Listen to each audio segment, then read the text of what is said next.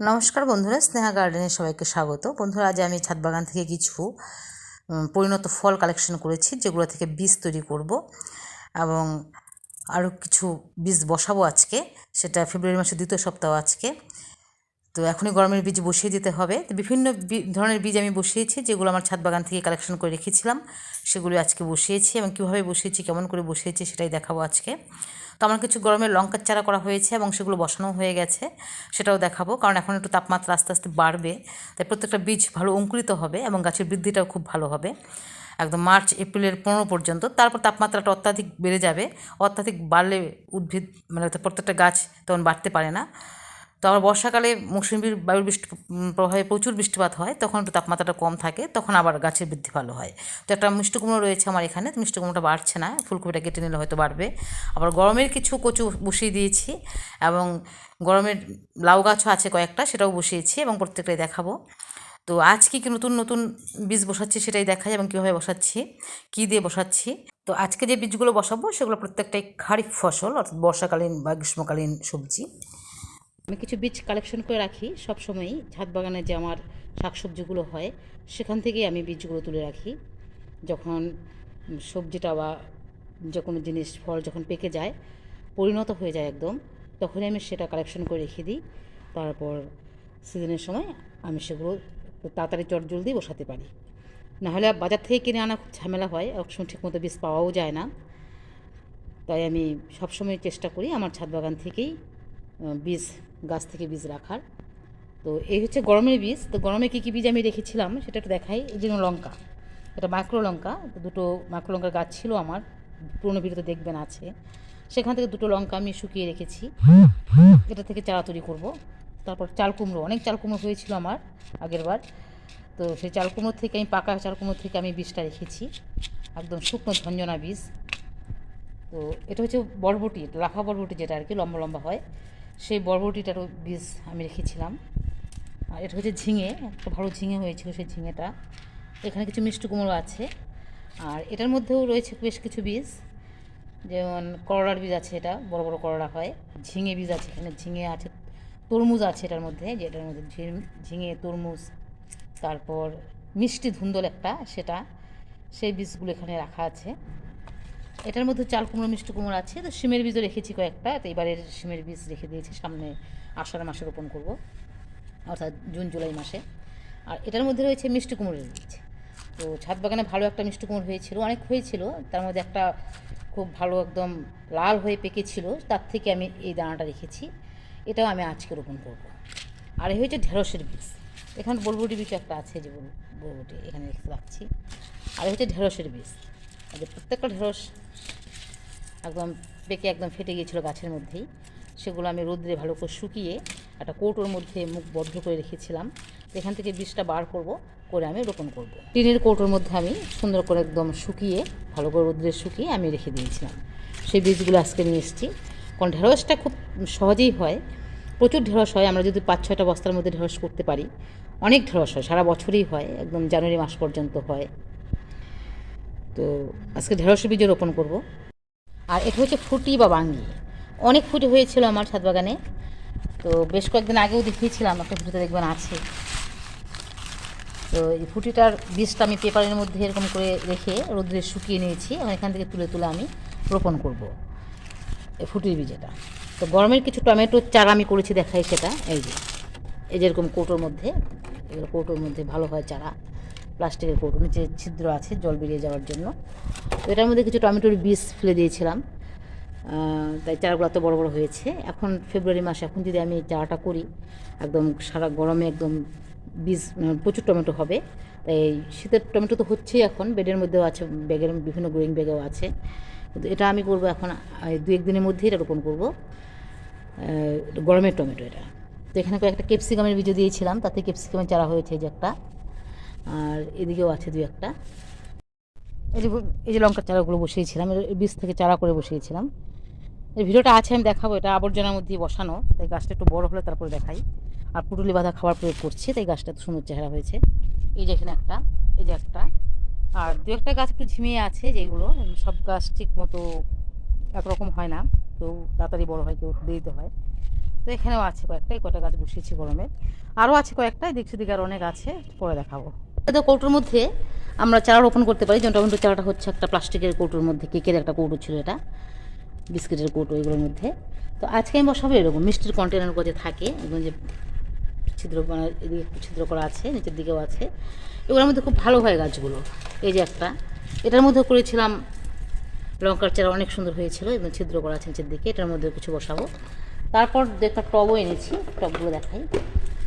এই যে টব, এই টবগুলোর মধ্যেও রোপণ করবো। কী দিয়ে রোপণ করবো, আমাকে একটু মাটি লাগবে, আর আমার শুকনো কিচেন ওয়েস্ট আছে অনেক, সেগুলো নিচের দিকে দিব, আর উপরে একটু ভালো ঝরঝরে মাটি দেবো, কারণ যেহেতু বীজটা অঙ্কুরিত হবে, মাটি ভেদ করে উপরের দিকে উঠবে, তাই আমার একটু ফ্রেশ মাটি উপরের দিকে না দিলে বীজ ভালো অঙ্কুরিত হবে না।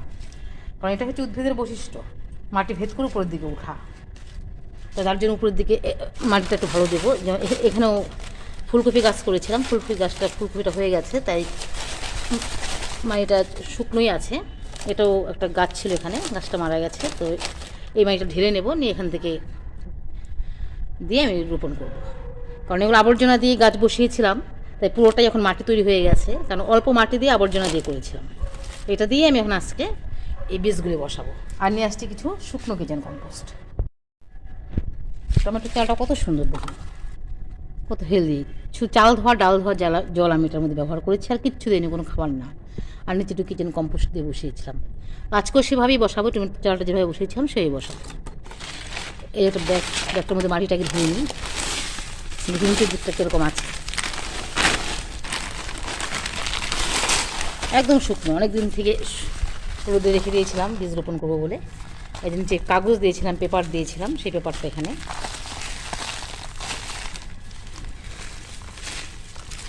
গাছের শেকড়গুলি পচেনি, এটা এদিকে রেখে দিচ্ছি।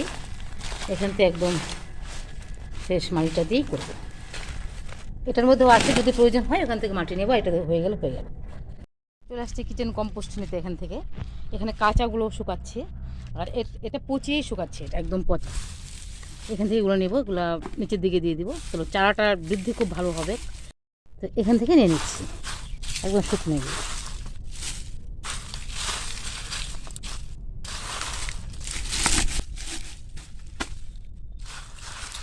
ডিমের খোসাও আছে কয়েকটা, কলার খোসাও আছে, আলুর খোসা আছে অনেক। এক বালতি নিয়ে নিচ্ছি, পর প্রয়োজন হলে আবার নেব। এই বাড়িটার মধ্যেই, এখানেই কয়েকটা সিমেন্টের টুকরো রয়েছে, ইটের টুকরো রয়েছে, এগুলো আমি ছিদ্রগুলোর মধ্যে দিয়ে দেব।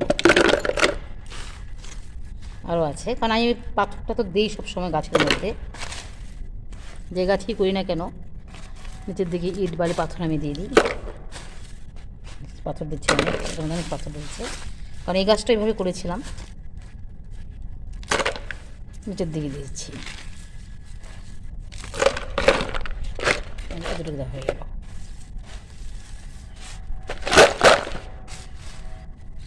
তারপর দিয়ে দেবো শুকনো কিচেন কম্পোস্টটা, এতটুকু দিয়ে দিলাম। এখন এটার মধ্যে আমি দিয়েছি, এগুলো একটু এভাবেই ভরে নেব। নিচের দিকে শুকনো কিচেন কম্পোস্ট, উপরে মাটি, সবগুলো ভরে তারপর আমি দেখাচ্ছি আবার। তো সবগুলোতে শুকনো কিচেন কম্পোস্টগুলো দিয়ে দিয়েছি, তখন উপরে মাটি দেবো, এটাতে একটু দিয়েছি আর অল্প মাটি দিয়েছি।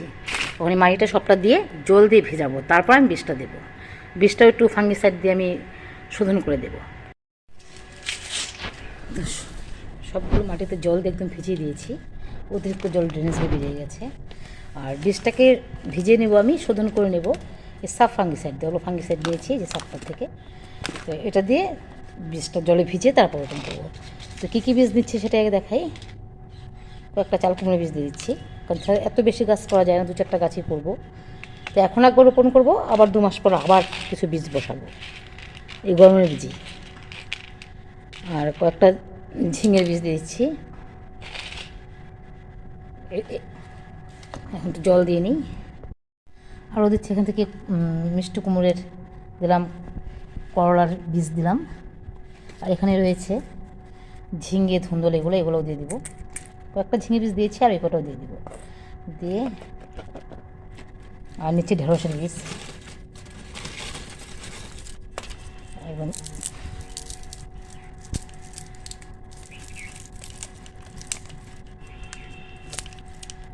অনেক বীজই আছে এটার মধ্যে। একটু বেশি করেই চারা করব, কারণ অনেকে আবার আমার কাছ থেকে চারা নেয়, আমি দিতে হয়, তাই একটু বেশি করে পরিমাণেই করি। এই ঢেঁড়সের বীজগুলো নিয়ে নিলাম। এটা খুব ভালো জাতের ঢেঁড়সের বীজ, অনেক ঢেঁড়স হয়, অনেক শাখা প্রশাখা আসে ঢেঁড়স গাছের। আরও কয়েকটা দিয়ে দিচ্ছি।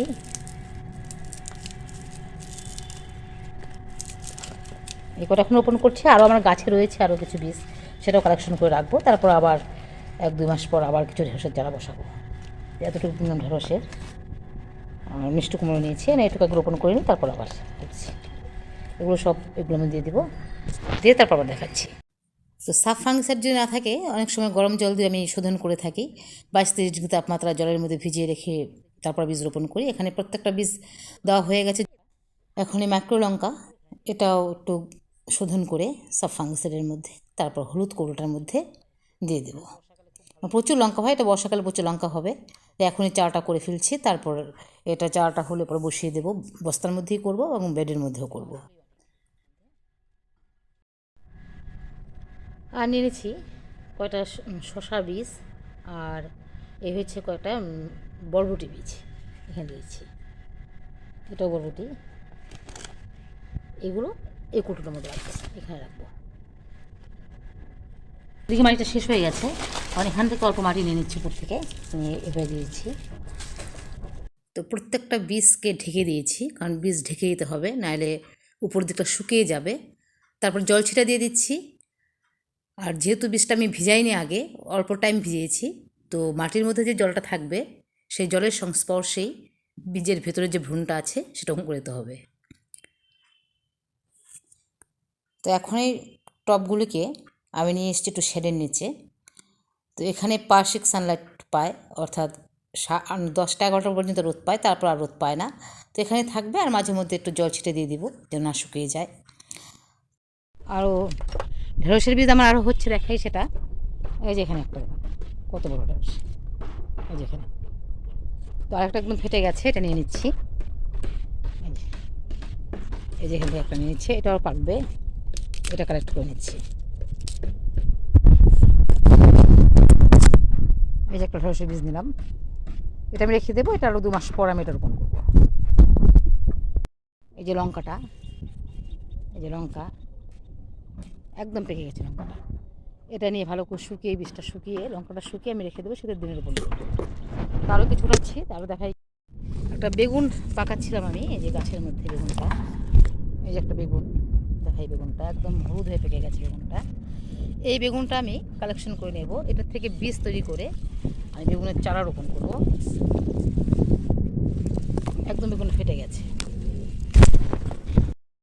এই যে বেগুনটা কত সুন্দর, বেড়ে থেকে নিয়ে নিলাম। এই বেগুনটা থেকে চারা তৈরি করব, এটা বর্ষাকালে প্রচুর বেগুন হবে। তো এটা এখনই চারাটা রোপণ করবো, বেগুন বীজটা শুকিয়ে, সেটা আবার দেখাবো আপনাদের। তারপর যে ধনেটা, অনেক পাতা বারবার কেটেছি, এখন ফুল আসছে, এটারও বীজ যখন হবে সেই বীজটা আমি কালেকশন করে রেখে দেবো, এবং সেপ্টেম্বর-অক্টোবর মাসের দিকে প্রথম দিকে আমি বীজটা রোপণ করতে পারবো। তো এভাবেই আমরা আমাদের যে ছাদ বাগানে শাকসবজিগুলো হয় সেখান থেকে বীজ কালেকশন করে রাখতে পারি। তারপর যে পালংয়ের ফুল আসছে এখন, তো এই পাতাগুলো কেটে নেবো, আরও নেওয়ার পরে আরও কিছুদিন পর থেকে আমি বীজ রাখবো, এগুলো বীজ থাকবে আবার, এখান থেকেও বীজ তৈরি হবে, সেটাও আমি শীতকালে তাড়াতাড়ি সেপ্টেম্বর-অক্টোবর মাসের দিকে বীজ রোপণ করতে পারবো।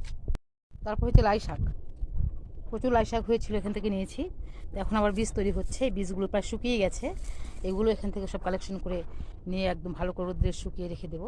তো সামনে পর আবার প্রচুর আমি লাই শাক করতে পারবো। এই দুটো ঝুড়িতে মটর হয়েছিল, প্রচুর মটর হয়েছিল, পুরোনো ভিডিওতে দেখবেন আছে। এখন মটর গাছগুলোর বেশ বার্ধক্য অবস্থা চলে আসছে, এখন বেশি মটর হবে না।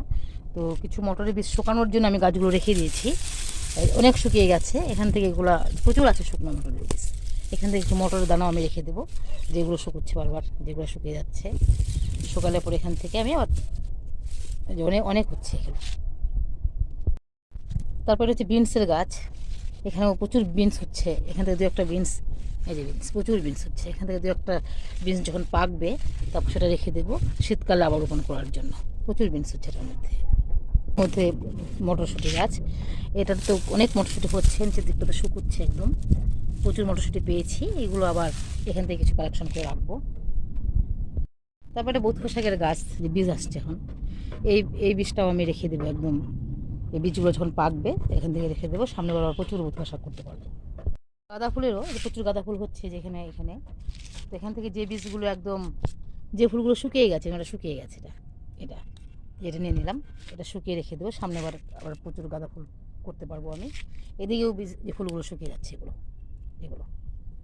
এভাবে গাঁদা ফুলের বীজও আমরা রাখতে পারি। তারপর এখানে একটা টমেটো গাছ, প্রচুর টমেটো হচ্ছে, বেড়েও আছে। তো ইচ্ছে করলে আমি এখান থেকে টমেটো রেখে দিতে পারি। বীজ এটার থেকে আবার বীজটা বের করে শুকিয়ে আমি শীতের জন্য রেখে দেবো। তো এই টমেটোটা একটু কাঁচা কাঁচা আছে, এটা থেকে রাখবো না, তার একটা গাছে যাচ্ছি। এখানে একটা গাছ রয়েছে, এটার মধ্যে টমেটোটা বেশ ভালো পেকেছে, তো এখান থেকে আমি একটা টমেটো তুলে নেব, যে তুলে নিলাম একটা, এটার থেকে আমি বীজ রাখবো। তো সবগুলোকে একসাথে রাখছি। তো কী কী পেলাম সেটা দেখি। বেগুন একটা, ঢেঁড়স, লঙ্কা, তারপর গাঁদা ফুল, টমেটো।